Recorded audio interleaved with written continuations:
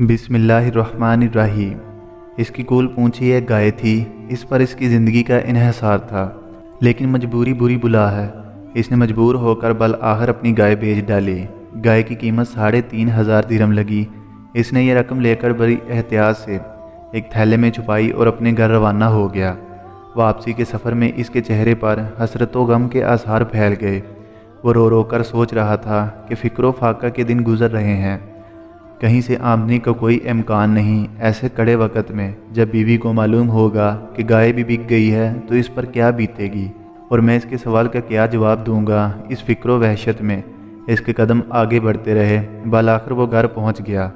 दरवाजे पर दस्तक दी। बीवी लपक कर आई। दरवाज़ा खोला और वो झुके हुए सर के साथ अंदर दाखिल हुआ।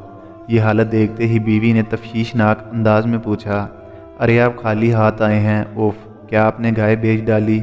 सिर्फ यही एक गाय तो हमारी आखिरी पूंछी थी। घबराओ मत बेगम, अल्लाह ताला हमें इसका अच्छा बदला अनायत करेगा। शौहर ने अपनी बीवी को तसल्ली देते हुए कहा। फ़िज़ा में शाम छा जाने को थी। सर्दी की लहर अपने शबाब पर थी। अब्बू हसन और इसकी बीवी अपने मामूली से कमरे में मगमूम बैठे थे। गाय बिक जाने के बाद अब वो अपनी गुजर बसर का कोई और ज़रिया ढूंढने की फ़िक्र में थे। वो अपनी छोटी सी कुटिया आबाद रखना चाहते थे। इस दौरान उम्मे हसन अपने लगते जेकर को शीशी के दूध के ज़रिए बहला पिसला रही थी ताकि बच्चे का दूध छुड़ाने में कामयाब हो जाए। इतने में दरवाजे पर हल्की सी दस्तक हुई। अब्बू हसन ने दरवाज़ा खोला। सामने एक आदमी खड़ा था। वो बारिश और सर्दी की शिद्दत से थर थर काँप रहा था। इसने नहायत आजी से कहा, मैं अजनबी हूँ। सर्दी के शदीद तूफ़ान में तुम्हारी बस्ती में पनाह लेने पर मजबूर हो गया हूँ। यहाँ मेरी किसी से जान पहचान नहीं। अबू हसन ने कहा, हम आपके लिए भला क्या मुहैया कर सकते हैं?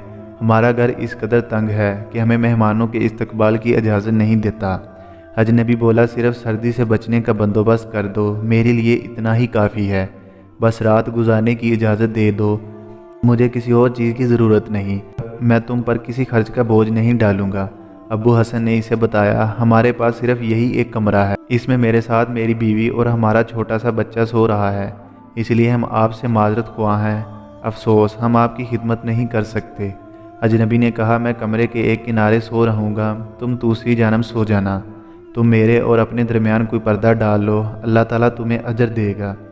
ये आजिज़ाना बातें सुनकर उम्मे हसन का दिल मोम हो गया। इसने शौहर से कहा, ऐ अबू हसन, अल्लाह ताला हमारी मदद करेगा। मुमकिन है इस अजनबी मेहमान के साथ हुस्न सलूक करने के सिले में अल्लाह ताला हमारी मुसीबतों का पहाड़ टाल दे।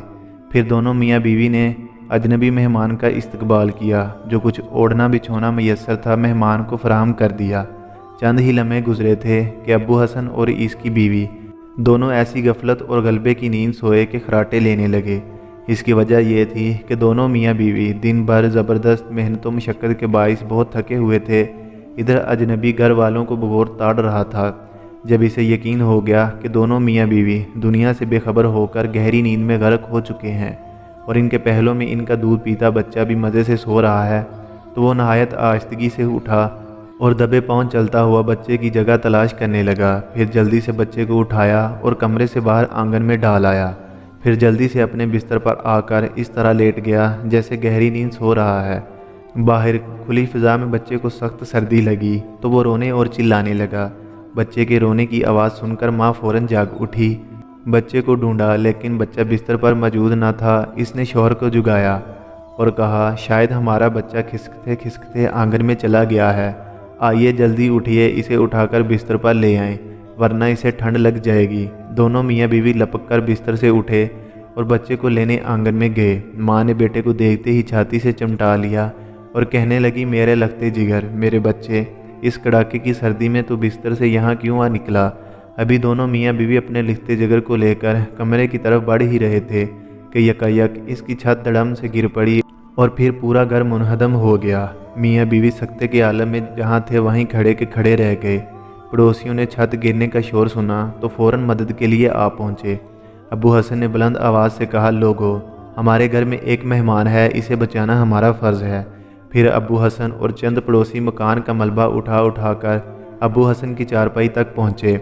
वहाँ मेहमान की लाश मलबे तले पड़ी थी और इसके हाथ में नकद की वो थैली मौजूद थी जिसमें अबू हसन ने गाय के एवज़ मिलने वाली रकम छुपा रखी थी।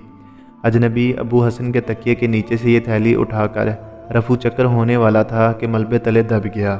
دراصل اس چور نے ابو حسن کو بازار میں گائے بیچ کر اس کی قیمت تھیلے میں رکھتے ہوئے دیکھ لیا تھا اور طے کر لیا تھا کہ کسی نہ کسی طرح وہ ہتھیلی ہتھیا کر رہے گا۔ چنانچہ اس نے یہ مال اچکنے کی منصوبہ بندی کی اور ابو حسن کے پیچھے پیچھے چل پڑا۔ جب اس نے ابو حسن کو گھر میں داخل ہوتے دیکھا تو کچھ دیر بعد وہ دروازے پر آیا۔ اسے گھر والوں کی جانب سے رات گزارنے کی اجازت مل گئی۔ پھر اس نے ابو حسن اور اس کی بیوی کے سو جانے پر ان کی توجہ بچے کی طرف مبذول کرانے کے لیے بچے کو صحن میں چھوڑ دیا، اور اس چور نے ابو حسن کو تھیلا تکیے کے نیچے رکھتے ہوئے دیکھ لیا تھا۔ وہ اس غریب کی رقم چرانے کی فکر میں تھا جبکہ اللہ تعالیٰ اس کی گھات میں تھا، اور اس احسان فراموش کی تدبیر کے پیچھے پیچھے اللہ تعالیٰ کی تدبیر بھی چل رہی تھی۔ چنانچہ اللہ تعالیٰ نے اس مجرم کو جلد ہی اس کے عبرتناک انجام تک پہنچا دیا، اور وہ ملبے کے ڈھیر میں دب کر ہمیشہ کی نیند سو گیا، جبکہ بچے کے ساتھ ساتھ اس کے غریب والدین کو اللہ نے اس برے انجام سے بچا لیا۔ انسان یقیناً غافل ہو سکتا ہے مگر اللہ نہیں، وہ ہمیں ہر دم دیکھ رہا ہے۔ سبحان اللہ۔